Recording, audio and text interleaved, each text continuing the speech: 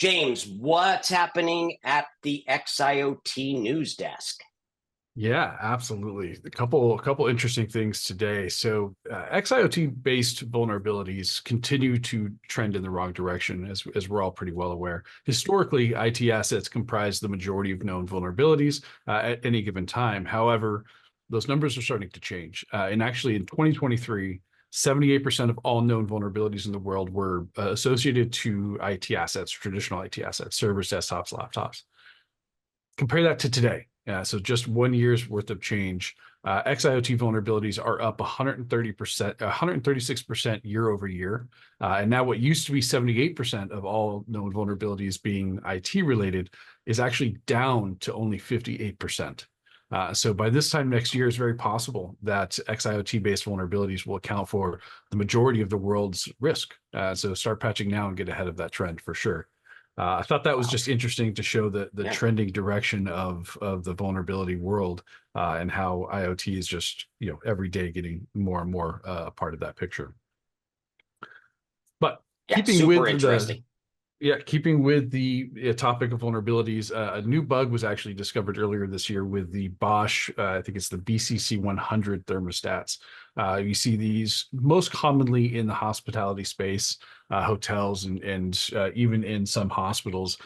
We see a trend in the healthcare industry where more and more they're trying to treat patient rooms as kind of a hospitality experience with nice infotainment systems and better control over temperatures and things like that.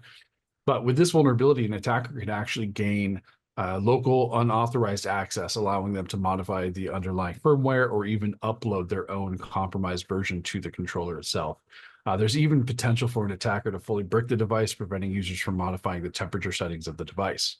While this may make some hotel guests uncomfortable, the real risk lies in the ability for the attacker to actually use the device to pivot onto a network in order to cause greater harm.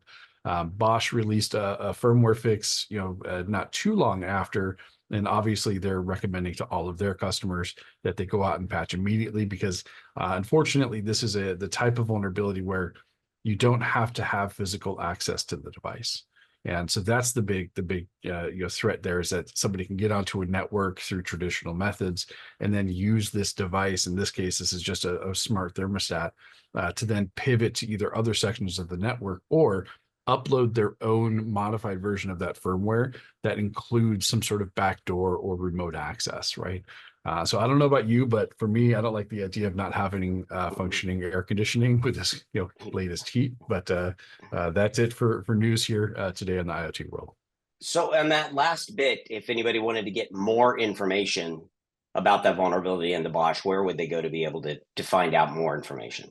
Yeah, there's a couple sources. I'll include links. We can always send those out, but one of those is the actual Bosch website. So a lot of these vulnerabilities are disclosed publicly. Thankfully, Bosch is really good at updating that.